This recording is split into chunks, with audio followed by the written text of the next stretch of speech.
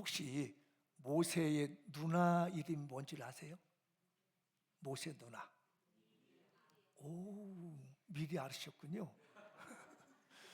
그 형은 아론.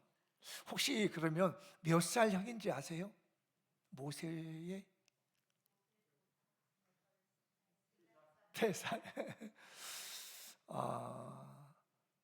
아론이 3살 정도 형이고요. 근데 이제 이건 성경에 나이가 나와요. 3살 위 형이라고. 근데 미리암은 몇 살 누나인지는 잘 나타나지 않는데 이 주경학자들이 이렇게 쭉 정리해 보니까 13살 정도 나이가 많대요. 그 누나가 좋은 일 많이 했잖아요. 동생 나일강 이렇게 버릴 때 쫓아가가지고 엄마도 소개해 줬던 그 누나예요. 근데 오늘은 이 두 형제 간에 이상한 일이 벌어졌습니다. 집안에서. 하루는 모세의 원래 아내가 십보라라고 하는 아내가 있었던 거 아시죠? 이 아내가 이제 죽었습니다. 물론 성경에 나오지 않지만 연구해 보면 죽어서 아내를 다시 얻었어요. 근데 이 아내를 얻었는데 오늘 성경에 보듯이 구스라고 하는 나라의 사람이었어요. 구스는 그러면 지금 어디냐면 에티오피아. 에티오피아를 성경에서는 구스라고 표현을 했어요. 그때 당시는 나라 이름이 구스였으니까 지금은 에티오피아니까 그 에티오피아의 여인을 아내로 맞이했습니다. 그러니까 하루는 이제 회막에서 이 삼형제가 모인 거예요. 모여가지고 누나하고 형이 야, 너는 그게 뭐냐? 어디 하나님의 말씀에 이방 여자하고 결혼하라겠냐? 네가 또 전했잖아. 응? 뭐 이방 여자하고 결혼해? 그러면서 막 흉을 보는 거예요. 근데 사실요, 하나님께서는 이방 여인과 결혼하지 말라고 한 건 맞아요. 근데 그 이방 여인이 누구냐면 가나안 땅에 있는 7족속에 있는 여인들과 결혼하지 말라고 그랬지, 저 멀리 있는 그 지역과 떨어져 있는 에티오피아 구스라고 하는 나라에 있는 여인들은 그 지역에 있는 주변 사람들이 결혼하지 말씀은 안 했어요. 만약에 이걸 막았더라면 우리는 이방인 선교가 길을 막히는 거거든요.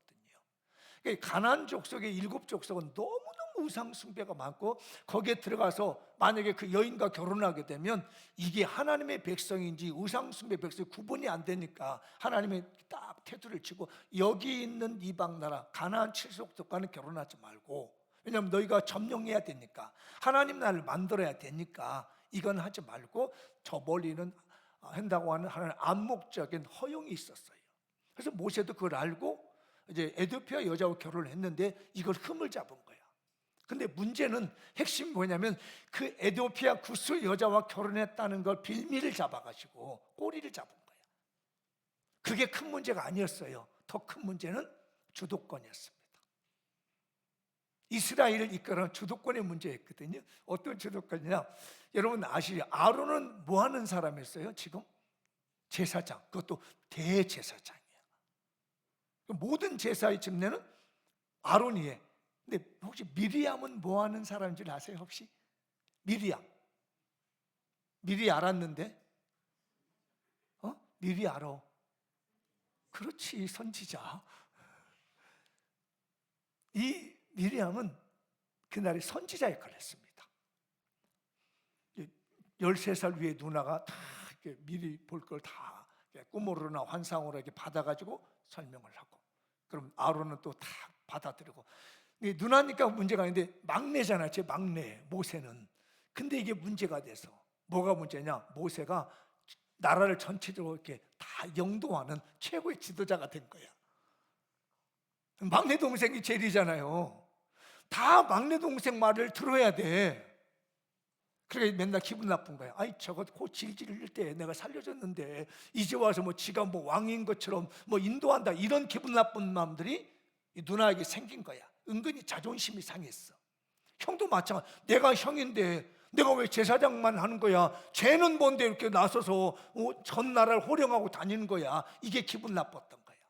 늘 마음속에 있었던 건데 이게 터트려진 게 뭐냐면은 구스 여자를 아내로 봐준 게 빌미가 된 거야, 이게. 그래가지고 모세에 세워놓고 그 회막에 성막에서 막 쏘아붙인 겁니다. 근데 모세는 가만히 듣고 있어. 그때 하나님이 나타나셨습니다. 그리고 모세하고 아론과 미리암을 질서 정리를 해주십니다. 우리가 읽지 않았던 내용인데 한번 이거 읽어볼까요? 무슨 뜻인가? 시작. 이르시되 내 말을 들으라. 너희 중에 선지자가 있으며 나 여호와가 환상으로 나를 그에게 알리기도 하고 꿈으로 그와 말하기도 하거니와 내 종 모세와는 그렇지 아니하니 그는 내 온 집에 충성. 이게 무슨 말이냐면, 미리암, 네가 하나님의 뜻을 받았던 선지자로 오지. 근데 너는 꿈을 꾸고 환상을 봐서 전달해 주는 거야. 근데 모세는 다른 사람이야. 전혀 달라. 내가 모세를 세운 것은 환상이나 보고 꿈을 꾼 것을 전하는 그런 정도 사람이 아니라 우리 집안은 충성스러운 일꾼으로 봤는데 어떻게 하셨느냐? 모세에 대해서는 하나님이 정리를 해주시는데 8절 읽어볼까요? 그와는 내가 대면하여 명백히 말하고 은밀한 말로 하지 아니하며 그는 또 여호와의 형상을 보거늘 너희가 어찌하여 내 종 모세의 비방하기를 두려워하지 않느냐. 차원이 다르는 거예요. 미리암, 너 잘난 체지. 뭐 하나님 환상을 보았다, 무슨 뭐 계시를 받았다 해서 막 나를 얘기하잖아. 근데 네 동생 모세, 내 종이라고 그러잖아요. 너희들이 지금 비방하고 있는 내 종 모세는 아니라는 거예요. 내가 직접 대면해서 말한다는 거예요. 내가 은밀한 말로 하지 않냐고 직접 대면해서 나를 보고 대화를 하고 내가 주는 말씀을 갖다 전달해 주는 이런 사람이 모세야. 그런 모세를 놓고 네가 서열 정리를 하려고 그래? 네가 으뜸이 되려고 그래? 네가 형이라고 그래서 동생 모세를 우습게 여기려고 그래? 네가 누나라고 해서 동생을 우습게 여기려고 그래? 이렇게 하지 말라는 거예요. 근데 그러면 모세가 우쭐하겠지? 아니었습니다.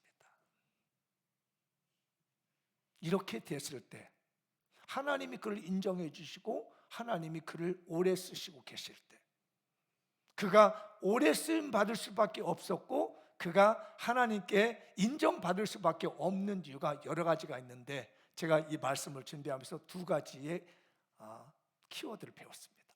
비밀을 봐서 이렇게 하면 되는구나.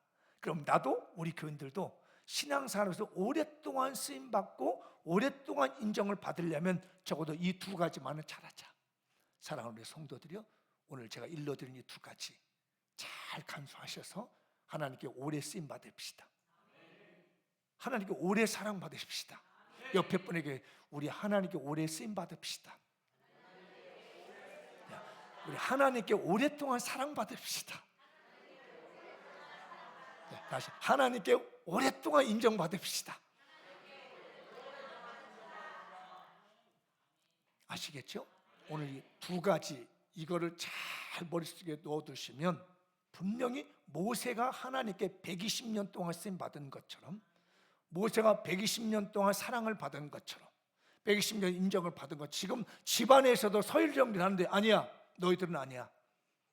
동생 모세가 내가 인정하는 종이고 나는 이 사람과 직접 대면할 수 있다. 쓸데없는 얘기 하지 마라 하고 모세를 인정해 준 것처럼 오늘 이 설교 듣고 마음에 은혜 받은 분들 하나님께서 꼭 인정했으면 좋겠어요. 축복하면 하나님께서 당신 인정했으면 좋겠습니다. 아셨죠? 저도 오늘 이 설교를 준비하면서 하나님께서 우리 교인들 인정했으면 좋겠다. 나도 이렇게 인정받았으면 좋겠고 오랫동안 하나님께 쓰임받아서 살았으면 좋겠다. 그 첫 번째 읽어볼까요? 시작. 온유한 신앙인이 됩시다. 한 번 더 시작. 온유한 신앙인이 됩시다. 온유한 신앙이 되었을 때 하나님이 인정합니다. 자, 오늘 그 본문 내용을 읽으셨잖아요. 모세하고 아론과 미리암이 셋이 회막에서 있을 때 미리암이 또 아론이 뭐 너만 말하느냐, 하나님이 너하고만 대언하느냐, 내가 제사장 역할을 하고 있다 이러면서 모세보다 우월하다고 여기고 있는 그때 모세는 뭐라고 했죠? 이 사람 모세는 모든 사람보다 온유함이 더하더라. 이 말로 다 정리해 놓습니다. 모든 사람보다 모세는 온유함이 최고였다는 거예요.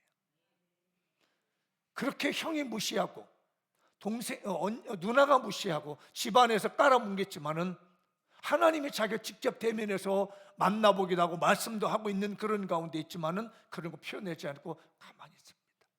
여기에서 온유란 말은 무슨 말이냐?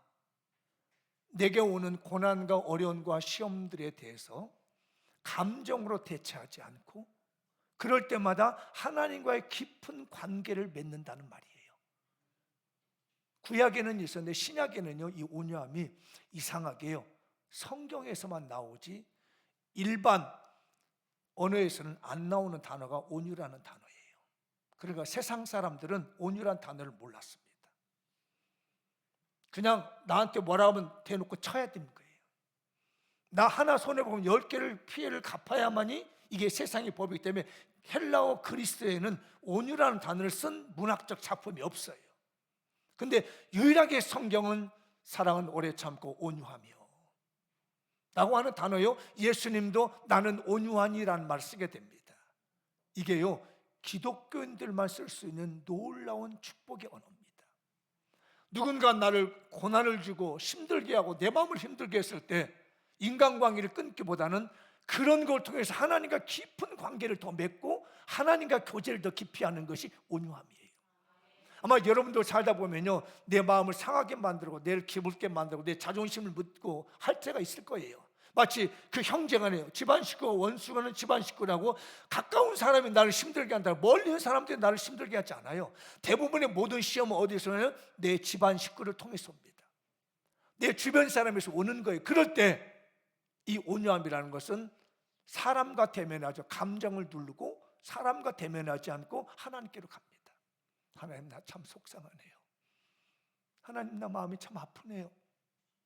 내가 남들 같으면 끊어버릴 수도 있고 남들 같으면 관계를 끊어버리고 좋을 텐데 내 형제입니다. 내 누나고요, 내 형이에요. 저 누나는요, 나 어려울 때, 나 나일강에 던져져 있을 때 쫓아가면서 내가 어떻게 되는가 하면서 눈물로 봤던 내 누나인데 저 누나가 나한테 이렇게 아프게 하니 어떻게 하면 좋아요? 이랬다는 거죠. 이게 바로 온유함입니다. 근데 이 온유함은 성령의 열매이기도 해요. 아무에게 오는 게 아니라요, 성령님의 강력한 지배와 통제를 받으려고 하는 사람들에게 나타나는 게 온유함이라는 거예요. 온유함의 결과로 나오는 게 무엇이냐면 겸손이라는 게 나옵니다. 나를 아프게 만들고 나를 힘들게 하는 형제, 내 가족, 친구, 주변 사람 있을 때 너무 속상해서 맞대응하지 않고 하나님 아시죠? 보셨죠? 저들이 내 마음을 너무 아프게 합니다. 너무 힘들게 합니다. 내 감정을 견딜 수 없습니다. 하나님, 나 좀 도와주세요. 나 좀 붙잡아 주세요. 라고 하면서 깊이 하나님께로 더 깊이 들어가는 이 마음이 온유한 마음이에요. 사랑하는 우리 장명교회 성도들이요, 내 주변 사람이 내 마음을 아프게 하면서 왔을 겁니다. 한두 번이 아니었을 거예요. 내 가족이 나를 힘들게 하는 일이 있을 거예요. 물론 저도 그렇지요. 사람이라면 누구나 살아가면서 다 그런 마음이 있습니다. 그러나 어떤 사람은 맞붙어서 막 멱살잡이하고 싸워버리고 네가 잘났냐 내가 잘나면서 막 싸우기도 하지만 이게 세상의 방법입니다. 그래야 후련해지거든요. 그래서 어떤 회사에서 그런다고 하잖아요. 괴롭히는 상사 있으면 권투 주갑을 쥐고 가서 복싱에 탁 때린다고 하잖아요. 그리고 후련하다. 세상에서는 그렇게 풀어나갑니다. 그러나 하나님의 법의 온유는 뭐냐면 그 문제를 끌어안고 하나님께 갑니다. 하나님, 너무 아픕니다. 하나님, 너무 힘이 듭니다. 나 괴롭습니다. 라고 눈물로 호소하며 하나님과 깊은 관계를 맺어가게 되면 오늘 본문에 나타나신 하나님께서, 모세에게 나타난 온유한 모세에게 나타나신 하나님께서 오늘날도 살아계셔서 어제나 오늘이나 영원토록 동일하신 하나님께서 나타나셔서 삶을 정리하시면서 내가 너를 인정했다, 내가 너를 사랑한다, 내가 네 편이 되어줄 테니까 내가 힘이 되어줄게, 오래 쓸게라고 하실 줄 믿습니다. 한번 해보시죠. 근데 이게요, 사람이 심으면 안 된답니다. 그래서 성령의 열매라는 거예요.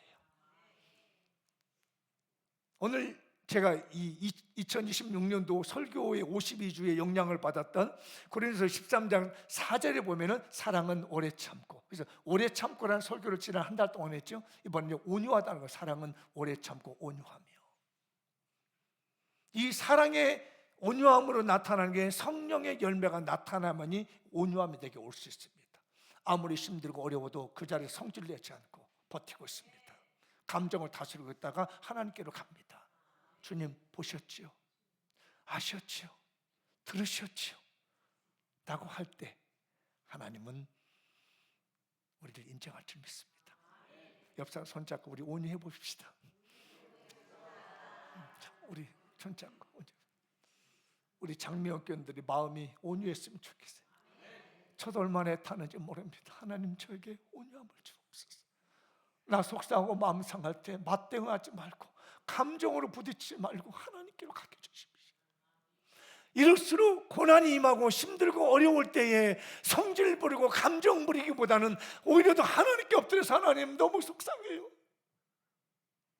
그가 나에게 베푼 것이 얼마나 큰데 라고 할 때 하나님이 그에게 내가 너에게 선물을 주는데 온유를 선물로 줄게. 너에게는 이 열매가 맺을 거야.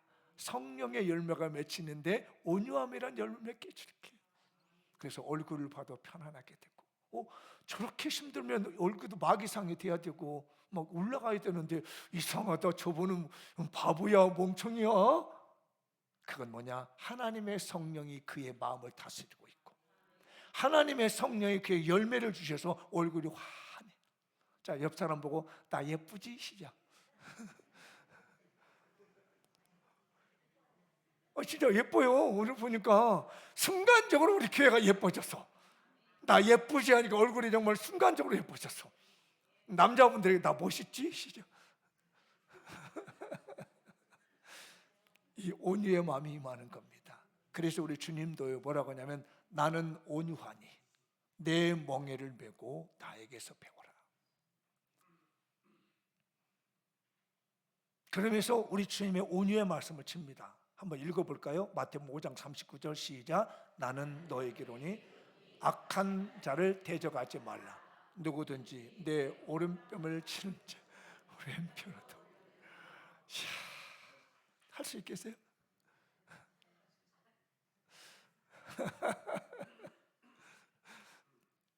이 상황이 이제 어떤 상황이냐면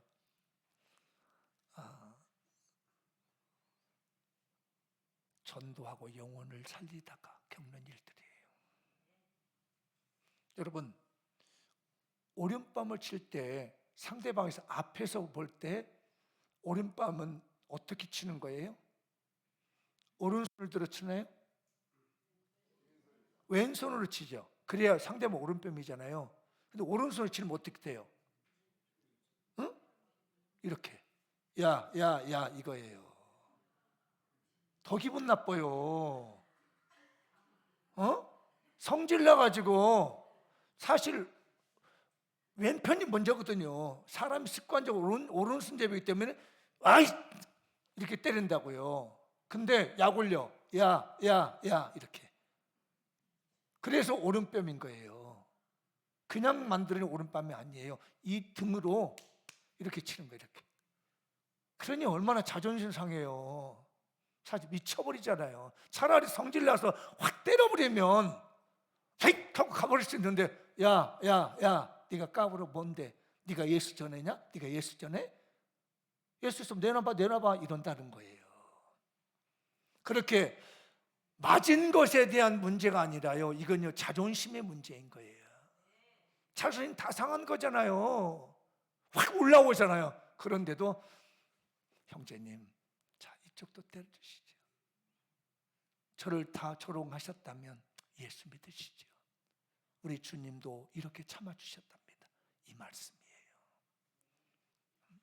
그 영혼을 사랑해서 비아냥거리고 약 올리고 있는 그 영혼이 안쓰러워서 그렇게도 해서 분이 풀려서 예수를 믿을 거라면 나 그렇게 하고라도 예수 믿어줘요.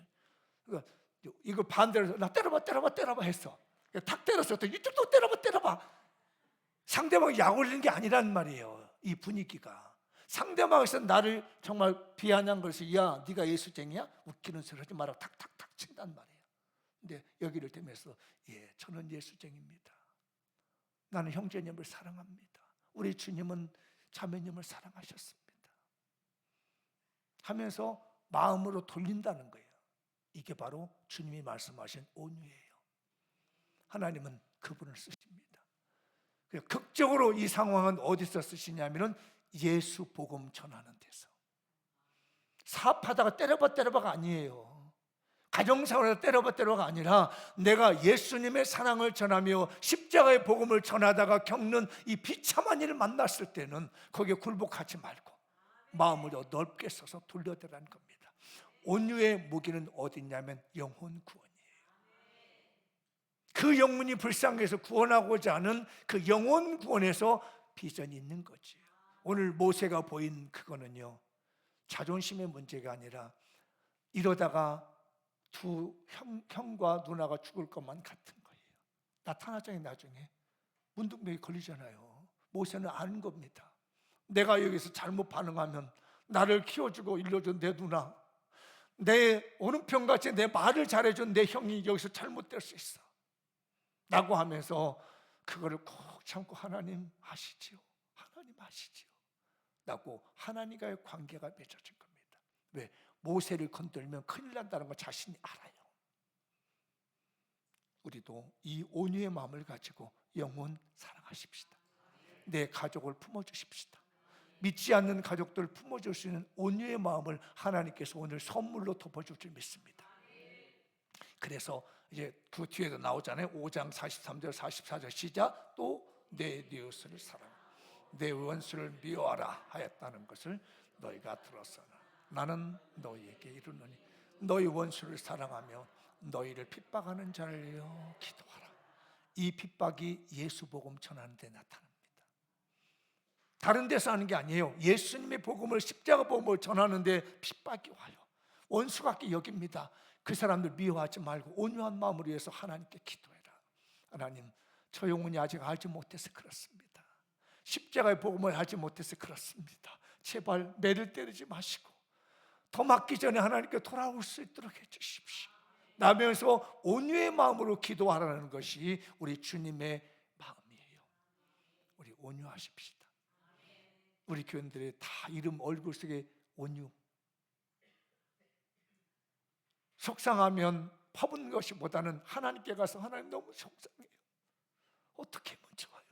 내가 너무 마음이 상한데 어떻게 하면 좋아요? 라고 하나님께로 달려가서 하나님께 고백하는 그 마음이 온유의 마음이라는 거예요. 혹시 지금까지 여러분들 감정 중에 풀지 못한 감정이 남아있거든 불글불글 끓지 말고 내일 새벽제단 나와서 하나님께 기도해 보십시오. 오늘 저녁에 여러분 집에 침상에 들어가서 그 문제를 놓고 뜨거운 눈물로 기도해 보십시오. 온유를 베푸신 하나님께서 우리 마음을 싹 다스려서 평안하게 줄 줄 믿습니다. 온유합시다. 하나님이 인정하는 사람입니다. 두 번째 읽어볼까요? 시작. 중보기도의 신앙인이 됩시다. 한 번 더 시작. 중보기도의 신앙인이 됩시다. 하나님께서 이제 그 모세를 이렇게 공격하는 걸 들으셨잖아요. 그랬더니 어떤 일이 벌어졌죠? 혹시 아시나요? 미리암이 문둥병에 걸렸어요. 나병이 걸린 거잖아요. 그걸 보면 아마도 미리암이 더 많이 비난한 것 같아요. 아론보다도. 남자인 아론 형보다는 언니 누나가 그렇게 비난한 것 같습니다. 더 죄중이 큰 것 같아. 그래가지고 이제 문둥병이 걸렸잖아요. 몸이 이렇게 갑자기 변하는 겁니다. 비난하다가. 그 모세는 이걸 알고 있는 거죠. 이런 일이 벌어질 걸 아니까 형들이나 누나들 이런 일이 일어나면 안 된다고 해서 온유한 마음을 가진 거예요. 차원이 다른 거지요. 그래서 급하게 형 아론이 찾아왔습니다. 읽어볼까요? 11절 12절 시작. 아론이 이에 모세에게 이르되 슬프도다 내 주여, 우리가 어리석은 일을 하여 죄를 지었으니 청하건대 그 벌을 우리에게 돌리지 마옵소서. 그가 살이 반이나 썩어 모태로부터 죽어서 나온 자가 되지 않게 하소서. 간청합니다. 우리가 이 정도 같아. 내 그럴 줄 알아서 잘했다. 앉아가지고 나 뭐 둘이 작당해가지고 너 죽일 놈 어찌 놈 니만 뭐 하나님 섬기냐 나도 하나님 섬긴다 할때 그때부터 내가 알아봤어. 아유 꼴값 떨더니 진짜로. 아유, 잘했어 고생 좀 해봐야 돼. 아유, 형하고 누나는 고생 좀 개고생을 한번 더 해야 정신 차려. 나 몰라. 알아서 해. 형들 누나들이 벌른 줄 내가 뭘로 해. 알아서 해. 난 안 해. 이럴 수도 있어요. 그런데 역시 온유한 사람은 다르고 기도한 사람은 다릅니다. 읽어볼까요? 13절 모세가 여호와께 부르짖어 이르되 하나님이여 원하건대 그를 고쳐 주옵소서. 그를 고쳐 주옵소서. 바로 기도합니다. 중보 기도를 합니다. 정신 못 차리고 저렇게 까불다가 문둥병 걸렸는데 하나님 어떡해요? 우리 형이 와서 지금 날 보고 고쳐달라고 미안하다고. 그런데 하나님 어떡해요? 고쳐주세요. 역시 다르더라고요. 중보기도의 사람들은 마음부터가 다르고 말부터가 달라. 그러니까 모세가 120년 동안 하나님께 잘 쓰임받게 되었던 거죠. 사랑하는 우리 성도들이요, 중보기도 하십시다. 기도의 사람이 됩시다. 내 미운 사람 옛날에 또 하나 더 준다고 했는데 우리는 미운 사람에게 기도 한 번 더 하는 겁니다. 나 미워 죽겠는데 하나님 아시죠? 깨닫게 해주시고 돌아오게 해주십시오. 중보기도의 사람을 하나님이 쓰십니다. 주여 고쳐주옵소서. 그랬더니 하나님이 야 잘못을 해도 한 일주일 가는데 그 그냥 할 수 있냐? 니네 누나 일주일 동안 고생을 하게끔 내가 두고 그 다음엔 내가 고쳐줄게. 그래가지고 미리암이요 일주일 동안 진 밖에 나가가지고 홀로 있다가 이 기도를 들으신 하나님께서 일주일 만에 고쳐주신 거예요. 얼마나 큰 마음이에요. 우리 교인들 중보기도 하십시다. 나만을 위한 기도는 것이 아니라 나를 해야 했던 사람, 나를 힘들게 했었던 사람이라도, 나를 고통스럽게 했을지라도 하나님께 중보기도할 수 있는 사람이랑 내가 너를 인정하지. 내가 너를 오래 쓸 거야. 내가 너를 오래 붙잡아 줄 거야. 사랑하는 여러분들, 인생을 여기까지 살아오면서 마음이 응어려진 건 많이 있을 겁니다. 이렇게 걸어서 아직도 풀리지 않은 사람이 있을 거예요. 그러면 가슴 아프잖아요. 나도 아프잖아요. 나도 힘들잖아요. 오늘 하나님 앞에 와서 긍휼의 마음 가지고 온유한 마음 가지고 서로를 위해서 기도해 주십시다. 하나님 내 마음도 녹여주시고 저 풀리지 않는 저 사람의 마음도 녹여주십시오. 고쳐주시옵소서. 주님 그를 고쳐주시옵소서. 주님 내 마음도 고쳐주시옵소서. 주님 그 사람의 마음도 고쳐주시옵소서 라고 한다면 중보 기도자가 되어서 기도의 응답도 나타나지만 그래 내가 너의 기도는 들어주겠다. 내가 너의 중보 기도만은 내 깊이 듣고 응답해 줄 거야 라고 하면서 인정해 줍니다. 근데 모세가 이제 다음에 뒷부분으로 넘어가면 무슨 일이 벌어지냐면 정탐꾼을 보냅니다. 가데스 바나에서 정탐꾼을 가나안 땅에 보냈는데 40일 만에 12명의 정탐꾼이 돌아왔어요. 그래가지고 2명 여호수아와 갈렙은 하나님이 주신 땅이니까 갑시다 이렇게 말하는데 10명의 정탐꾼들은 못 간다는 거예요. 절대로 못 간다. 우리는 야 가자 우리 애굽으로 다시 돌아가자 이러면서 선동질을 하는 거예요. 그래가지고 하나님이 분노를 하셨습니다. 모세에게 말하기를 야 모세야 내가 너희 민족 싹 없애버릴게. 그리고 내가 새로운 민족을 주어서 너로 하여금 그 민족 데리고 가나안 땅 들어가게 해줄게. 하나님이 분노하셨습니다. 지금 이스라엘 민족을 다 쓸어버리시겠다는 그런 하나님의 명령이 떨어진 거예요. 일촉즉발의 일이 벌어진 겁니다. 그때 모세가 또 기도합니다. 저는 이 기도 앞에 너무 감격을 해서 눈물이 났습니다. 기도는 이렇게 하는 거구나. 목사님의 기도는 이렇게 하는 거고 남을 위해서 기도한다는 기도는 이렇게 하는구나. 어쩌면 저렇게 기도를 잘해가지고 하나님의 마음을 바꿀 수 있을까?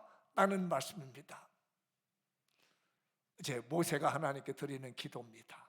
하나님이 이 민족을 없애버리고 다른 민족을 세워가지고 너에게 주셔서 가나안 땅에 들어간다고 정말 무서운 결단을 내릴 그 시점에 모세의 중복이 됩니다. 민수기 14장 15절 16절 이하 시작. 이제 주께서 이 백성을 하나같이 죽이시면 주의 명성을 들은 여러 나라가 말하여 이르기를 여호와가 이 백성에게 주기로 맹세한 땅에 인도할 능력이 없었으므로 광야에서 죽였다 하리이다. 구하옵나니 주의 인자와 감대를 하심을 따라 이 백성의 죄를 사하시되 애굽에서부터 지금까지 이 백성을 사하신 것 같이 사시옵소서. 하나님이 분노하셔가지고 여기서 이스라엘 민족 다 죽여버리시고 다른 민족을 끌어다가 가나안 땅으로 들어가신다면 주변 국가들이 하나님의 이름에 먹칠합니다. 하나님이 자기 백성 하나 챙기지 못하고 데려갈 힘이 없으니까 여기서 다 죽여버린다고 하면 하나님 어떻게 됩니까? 저는 괜찮습니다. 하나님의 이름이 욕먹는 건 나는 싫습니다. 지금까지 우리의 죄를 다 용서해 주신 것처럼 하나님 한 번만 용서해 주십시오. 이 백성의 잘못을 용서해 주십시오 라고 하면서 간절하게 아마 제가 기도에 눈물로 보셨을 것 같아요. 그때 하나님이 그 기도를 들으십니다. 20절이죠. 시작. 여호와께서 이르시되 내가 내 말대로 사하노라. 다 죽여버릴 수 있었는데 모세의 간절한 중보 기도로 내가 제 용서해 줄게. 그 대신 여호수아 갈렙의 20세 이상 된 데는 고생할 거야. 죽을 거야.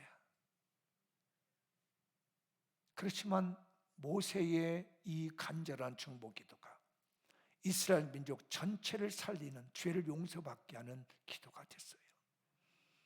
오늘 여기서 설교 듣는 여러분들 각각 개개인이 여러분의 가정의 중보 기도자가 되어 주십시오. 우리 사회의 중보 기도자가 되어 주십시오. 그래서 하나님이 여러분들을 오랫동안 인정해 주시고 오랫동안 사랑해 줄 수 있는 성도가 됐으면 좋겠습니다. 꼭 부탁합니다. 우리 중보 기도자가 됩시다. 이 나라를 위한 중보 기도, 여러분의 가족을 구원하기 위한 중보 기도, 내 사업장에 있는 직원들을 위한 중보 기도, 내가 알고 있는 사람들에 대한 인맥을 통한 중보 기도자가 되어서 그들이 잘못되어 하나님의 진노를 맞은 그 시점이 될 때라도 하나님께 모세처럼 간절히 기도하여서 그 응답 받는다면 하나님은 우리를 인정할 겁니다. 오래 가십시다. 끝까지 가십시다. 하나님께 끝까지 쓰임 받으십시다. 끝까지 인정 받으십시다. 그래서 영혼 구원해야 됩니다. 개꼬리 살랑거린다는 말 들어보셨죠? 개꼬리 살랑거린다. 이게 어떻게 들으시나요, 여러분? 개꼬리 살랑거린다. 제가 이거 볼 때 올 시작하면서 이 개꼬리 살랑거린다는 말의 의미를 깨달았거든요. 두 가지가 있더라고요. 하나는 주인을 만났을 때 개꼬리를 막 흔들면서 와. 이 강아지들, 애완견들 있지 않으면 주인이야 따만 좋다가 막 꼬리를 흔들고 달라들어. 그게 뭘 말이냐?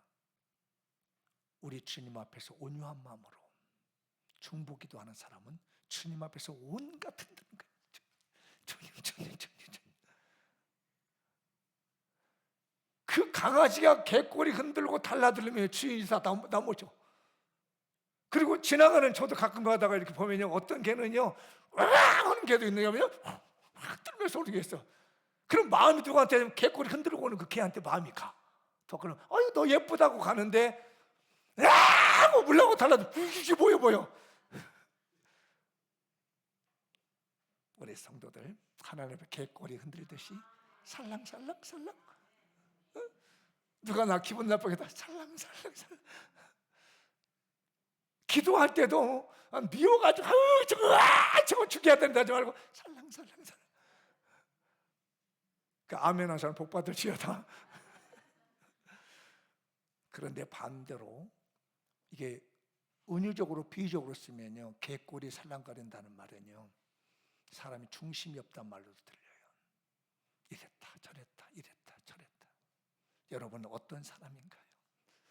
개꼬리 살랑거리듯이 어떤 어려움 나올 때 하나님 앞에 해결할 때 하나님 하는 사람인지, 어떤 기분 나쁘다, 나 안 할래, 나는 못해, 너나 해, 나는 못해, 이렇게 흔드는 정말 개꼬리 같은 사람이 되는지, 긍휼을 베풀 수 있는 사람, 온유한 사람, 중보기도 할 수 있는 사람, 온유한 사람, 하나님 앞에 애완견이 주인 앞에서 꼬리를 흔들리면서 반갑듯이 맞듯이 우리 교회는 그렇게 부드러운 마음으로 하나님께 기도하고 영혼 사랑했으면 좋겠고 하나님께 쓰임받았으면 좋겠습니다. 마무리 한번 지어볼까요? 읽어보죠. 시작. 사랑은 온유합니다. 그 사랑은 주님의 십자가 사랑이며 갈릴리 바다 사랑. 지난주 설교 기억나시죠? 사랑이 제일인데 그 사랑이 주님의 십자가 사랑이었고 주님의 갈릴리 바다 사랑, 이게 제일입니다. 그 사랑은 온유함으로 나타납니다. 넘겨주시고, 그 사랑을 가지고 하나님께서 인정하시는 모세처럼 온유한 신앙인이 됩시다. 중보 기도의 신앙인이 됩시다. 하나님께서 인정하신 온유한 중보의 신앙인 20세 모세처럼 되갑니다. 2020년 장미영교회 모래처럼 오랫동안 쓰임받아 영혼 구원합시다. 배가붕 합시다. 2026년 논스톱 배가붕, 롱런 오래 갑시다. 장미영교회 파이팅. 네, 오래 갑시다. 네, 기도하겠습니다. 오늘 말씀 붙들고 하나님께 기도하겠습니다.